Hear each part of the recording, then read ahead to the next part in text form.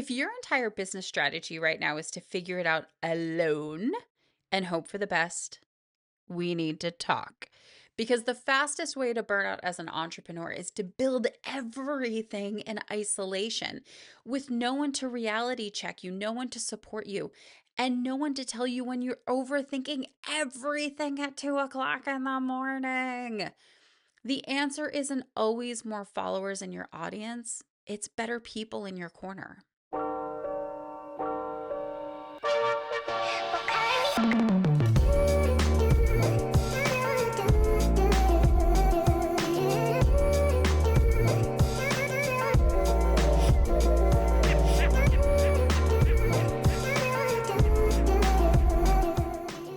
Hello, my beautiful entrepreneurs. My name is Tabitha, and welcome to A Hot Mess Builds an Empire. I help day one entrepreneurs take that first terrifying leap into business ownership without completely losing their minds in the process. This channel is for the people who are standing on the edge of something really scary, but also equally just as marvelous, wondering if they are absolutely unhinged for even considering the jump. Okay, before we dive into today's episode, I want to talk about the mess hall. It launches April 25th at 1 o'clock p.m. Eastern Standard Time. It is $5 to join the session, and it's just for entrepreneurs to connect, to swap war stories, to look for some clarity, and to find some community. I'll be hosting it every single month. And the first 3 months are going to be on a Saturday at 1 p.m. Eastern Standard Time, just to see how that time slot goes. Get your feedback on what I could do better in terms of time organization. And then following that, it might change or it might stay the same, but it will be continuing at least for the rest of the year on Saturday once a month. And it's about connection with other entrepreneurs. It's about creating a community. And sometimes I'll have some workshops, such as like how to build a website. Sometimes I'll have special guests that'll join us to give you some tricks of the trade sort of thing. So please join. You can find it at the link in my YouTube description. It takes you to my stan.store, and you'll be able to sign up for the mess hall there. Okay, now let's talk about your first community. And when I'm talking about community in this particular episode, I am not talking about the community you're building with your audience. I'm talking about the community you're building for you on the back end with support with your business. So, why this is really important is I think we obsess over content and brand identity and offers and pricing and marketing strategy and showing up on social media and just being everywhere in all places at all times doing all things, but we completely forget about having a community of people that we can go to, because there's something about being able to go to someone who gets it as an entrepreneur when your post doesn't do as well as you thought it would and you kind of spiral about that, or when you decide at 1 o'clock in the morning you can't sleep and you're questioning all life decisions, your entire business model. And then, being part of a community can help you stop making decisions off of vibes and panic pivots, right? So there's just something really crucial about having a very good community. But I also want to talk about red flags with communities versus green flags, and how you might get sucked into pods and funnel communities and stuff like that. So I want to go through and make sure that you're signing up for a community that works for you and helps you and makes you feel really invigorated and inspired and challenged when you walk away from a call with them. So right now I have 2 calls once a month. One is with the women that I went to Chiang Mai, Thailand with late last year. We went for a mastermind, and we still keep up once a month, and we have a call and connect with each other on a Zoom call and just kind of hash out what's been going on. But we also have a WhatsApp group that we're talking in almost daily about successes and questions and failures, and what we think are failures and what we're struggling with. And it's just really been nice to have that little community. And it's only like 8 or 9 of us. It's not a big group, right? And then I have my private entrepreneurial community. Now that has, I believe, 50 or 60 people in it at this point in time. But on our monthly Zoom calls for that, there's usually somewhere between 7 to 10 people who show up, because we're scattered across the globe. The times don't always work out for everybody. So, it's always rather small of a group. And Every time I'm on either one of these calls, it's great for the socialization because, living in rural Pennsylvania, my friends are scattered. Most of my friends I met through Instagram and being a travel blogger and photographer. So my people are scattered, they're nomadic. So being able to socialize with my people online means a really great deal to me because it's really good for my mental health to socialize. But also, it's just something about talking to people who get it. And when I'm there, I I listen, I learn, I get a chance to speak about whatever it is that I have going on. I get feedback, I get ideas, I get inspiration. Different perspectives are thrown at me and I feel charged and inspired and I feel amazing when I leave there. Like my brain has reset in the best way possible. And today, like just to give you an example, we spoke this morning on the one call and we talked about grief. We talked about victories. We talked about neurodivergence. We talked about doubt and failure. And somebody got monetized on YouTube. So, it was a lot of heavy stuff. It was a lot of happy stuff. And not one person flinched in judgment. Not one person was like, on the call. We were all there for each other. We were all talking through everything. We were all hyping each other up in the best way possible with ideas and challenges and holding each other accountable. And when we left, there were people who were like, hey, I'm going to get in touch with you outside of here so we can do this together starting tomorrow. And I love that because the thing is, I know that they're going to do that. This isn't just all talk, right? Like I know that they've probably already messaged each other the second that call ended and they're holding each other accountable for whatever challenge it is that they're going through. I think they're starting YouTube for the first time.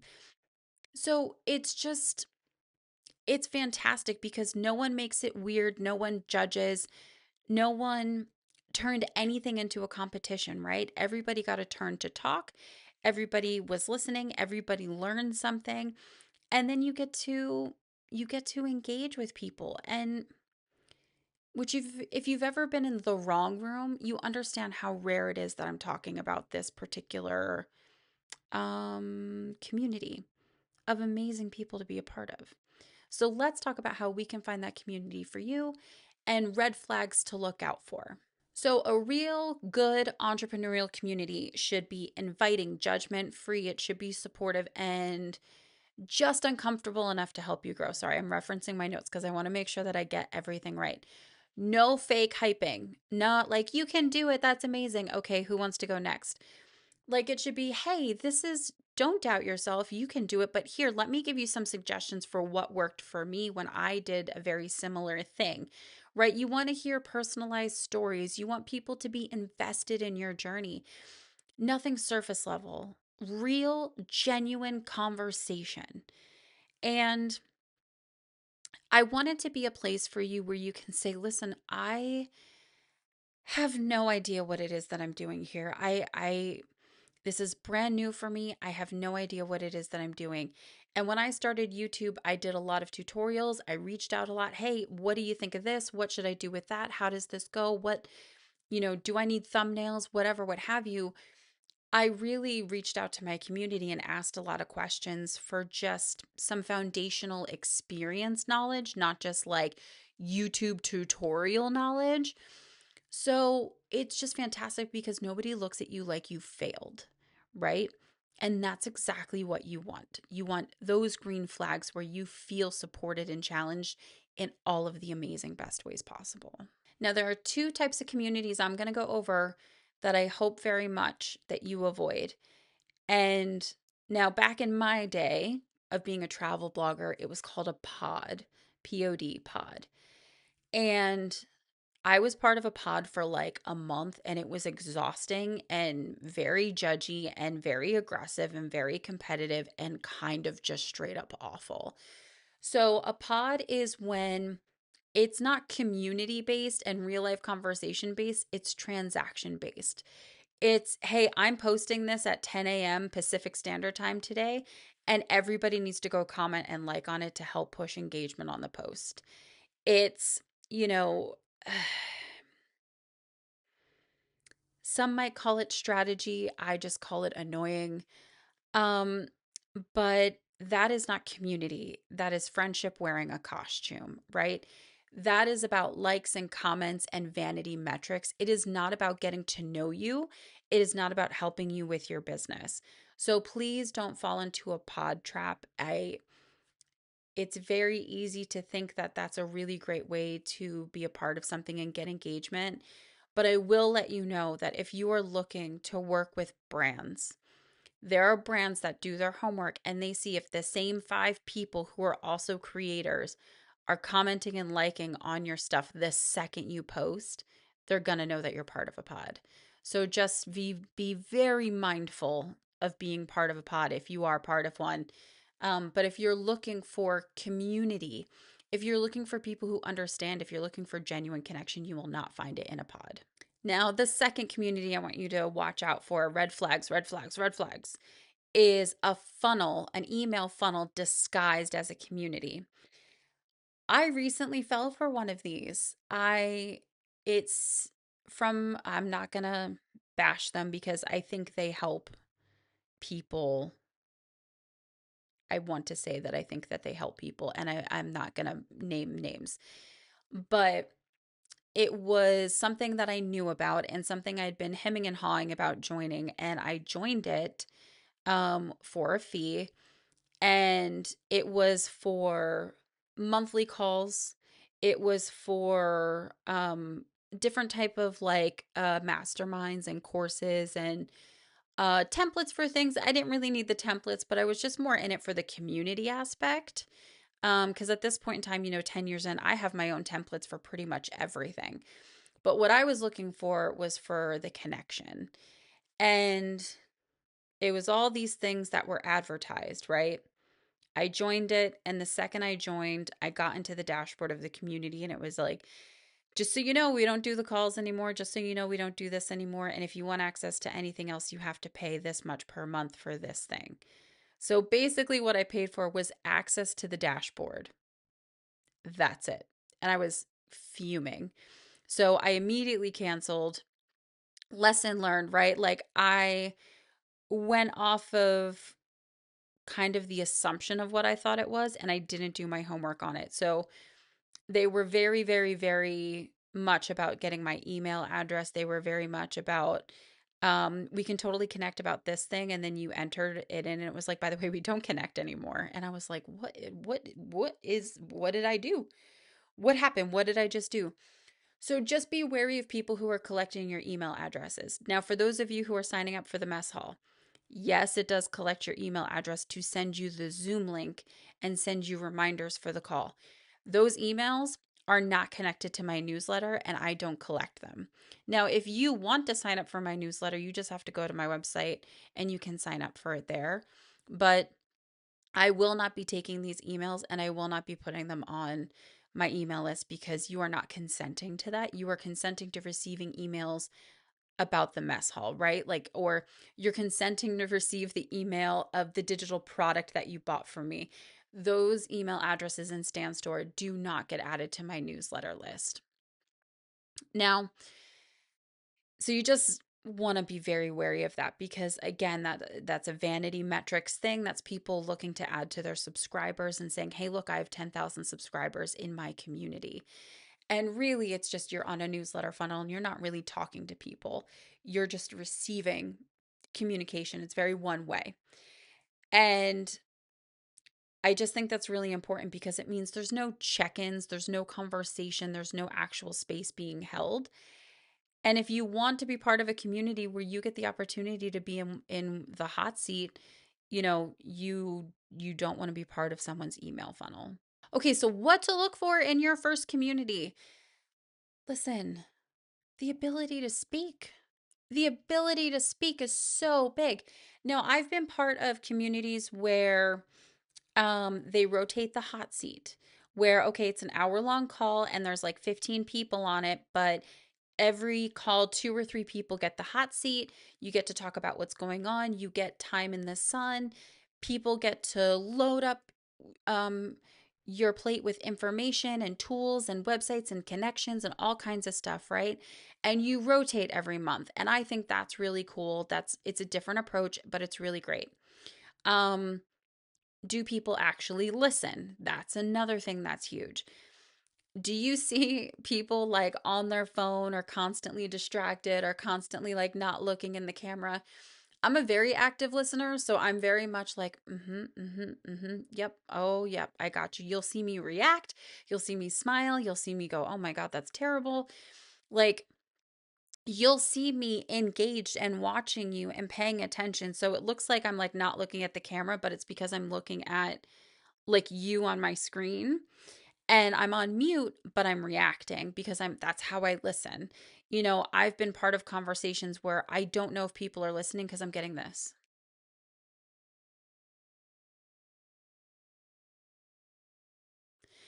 And you're like, are you listening to me? I because I don't know if you're listening to me or if you're playing a show in your head right now. Like, I appreciate active listening, and I think other people appreciate active listening. So that's why I do it. Now I am a note taker. So for the mess hall, when you join, you'll probably see me doing this and writing some notes down. I'm very analog about my notes. Um, and I'll be on mute, but I will be paying attention and I will be listening to what it is that you have to say because I think that's just so important that people are listening. None of this like being on the phone stuff. I have seen people who were taking pictures of themselves on the call, taking a picture of all the talking heads on the call and immediately posting it to Instagram like, "Oh, I'm in for my monthly check-in with my community." And I was like, "But you're not in for your monthly check-in because you're quite busy like on Instagram." Right? So it's just like, are people actually listening to what's going on? Is there some type of consistency with the call? Such as not necessarily the structure of the call because everybody's going to do what works for them in terms of flow, but like is it monthly? Is it bi-weekly? Is it quarterly? Is it on the last Saturday of every month? Like, is there some type of consistency that is set up so you look at it and you go, you know what? They're showing up every month for this. I'm going to give it a whirl and see how it goes. And then the last thing, which I think this is just, mm, this is so important, along with all the other things I said being important, but this last one is like the biggest green flag possible. How do you feel leaving the call? Do you feel leaving going, you know what? I don't think this is worth my time. It's not for me. Okay. Or do you leave it going, wow, you know what? That was amazing. I loved connecting with those people. I feel really invigorated. I feel really inspired. I think this is going to be an amazing community that I would love to be a part of. Like, check your gut feeling on that. Like, if that's one of those things where, hey, this didn't work out, but I tried it, okay, you tried it. Just the same thing with me and that community I tried last month. I tried it and there was not really a lot of connection, not really a lot of interaction on the message board. And I was like, okay, I tried it. This is not for me. This is also not what was advertised. And we'll go from there. But you got to feel it. You got to feel good about yourself when you leave. You should be leaving your entrepreneurial community calls going like, you know what? I feel like I got a lot of good information today, or I feel like that person really listened to me and I just needed that. I just needed a sounding board. I just needed to vent off my frustration and have somebody go, "Oh my God, been there, done that and totally get it." Not even looking for like a fix to your situation, but sometimes you just need to be like, oh my God, I'm an entrepreneur and this is not going well. And let me tell you why. And like just letting it out to a room full of people who are like, yup, yup, yes, absolutely. Oh yeah. Yep, been there, been there, been there, been there, been there. Sometimes you're not looking for a fix. Sometimes you're just looking for somebody to get it but to be listening to you, right? And for you to have that moment to speak. So just know that those are the things that you should be looking for in a community. A lot of green flags of Do you get some time in the sun? Do people listen? Is it consistent? And do you feel good walking away from it? And that good could be different for everybody. It could just be, I feel relieved that I got this off my chest today and I feel lighter. Or it could be, you know what? Tabby gave me a really good idea about the direction I could take with my product, and I'm going to try it. I'm going to see where it goes. You never know. It's not about trying these different communities to panic pivot and, oh my God, I don't know what I'm doing. It's about kind of just reinforcing that you're doing a good job, but working with other people. It's basically like having a community call with your colleagues. Because as an entrepreneur, we are a one person team most of the time. Or maybe you have a partner and you're a two-person team, but I dare say that you should still try and seek out community together. Because it's just so healthy, I think. It's just so healthy. And listen, you don't need a massive network. You don't need to be on a call with I joined, I don't know if anybody saw recently Motion with an M, not Notion, the organization dashboard, but Motion with an M. Recently advertised a free creative strategy boot camp, and it goes for like 8 weeks or something like that. I don't know, something like that. And I knew there would be a lot of people on it because they were promoting it for free, but I wanted to give it a try because I wanted to learn more about creative strategy, which is about using ad-based stuff on social media. So pushing content through ads and learning how to do it for clients and stuff like that. So I was just like really curious about it. When I joined the call, I was on there. It took a couple minutes to load. Um, but by the time I got in there, there were 7,500 people.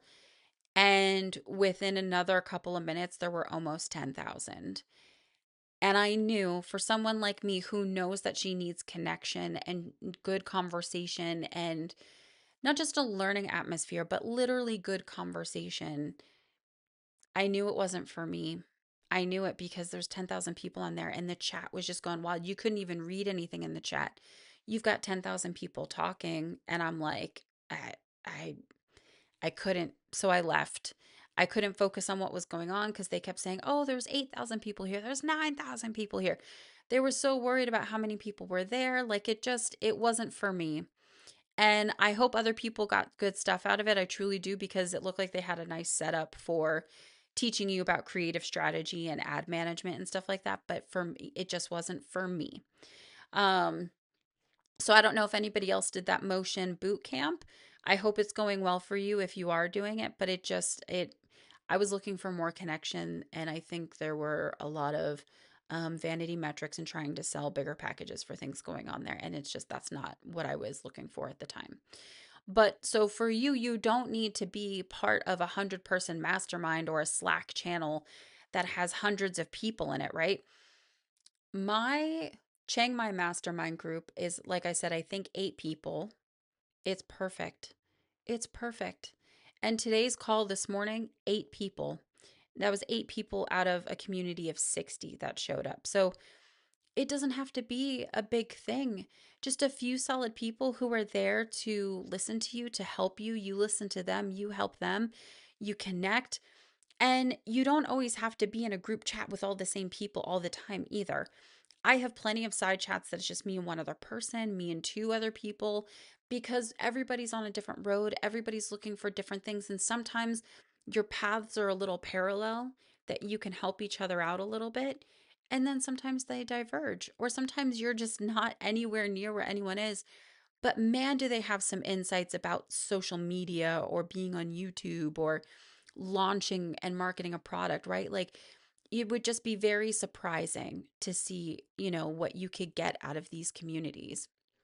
So, I just think it's really important to look for those green flags and to make sure that you're setting yourself up for success on the back end for you as an entrepreneur, for your mental health, for the betterment of your business. And like, it's so helpful to also have rapport and relationships with other entrepreneurs out there, because we're all connected in different ways. We're all dealing with different companies and different people and different clients and stuff like that. That if you ever needed something, $10 says you can reach out to your entrepreneurial community and somebody will have someone that they can connect you with. It's really awesome. Um, you know, I'm looking for a research assistant right now, and somebody gave me an amazing idea as to where to get one, and I didn't even think of it. And I was like, "Oh my God, Jessica, thank you so much. I love this idea. I didn't even think of it." So it's just really fantastic what it is that people can bring to the table for you that you didn't think of, but for them, it's like right on the surface or from experience or whatever. In closing, I think the right community doesn't just support your business, they support you. And honestly, it makes it so much more fun that way because you get the opportunity to connect with people and make friends and socialize about being an entrepreneur. So, if you're building something from scratch, you do not have to do it alone. You listen, there's a difference between doing something by yourself and doing something alone. And being an entrepreneur is very isolating. So, I cannot recommend enough to find a community that will help serve you on the socialization aspect, on the challenging and inspiration aspect. I can't recommend it enough. I can't. Um, so, with that being said, I really hope that I'll see you at the mess hall on April 25th at 1 p.m. Eastern Standard Time. It is for day one entrepreneurs. It's for people who are just starting their business and looking for community and looking for answers and looking to connect with someone. So it's $5 for the session. We'll do monthly themes. We'll have workshops. I'll bring in guest speakers over time once we kind of build up some momentum here. And yeah, I'm really looking forward to the launch on April 25th. And if this episode helped you in any possible way or made you feel like you're not alone, just a little bit, that we all crave community as entrepreneurs. We all do. Please like it. Please subscribe to this channel, and I will see you guys next time.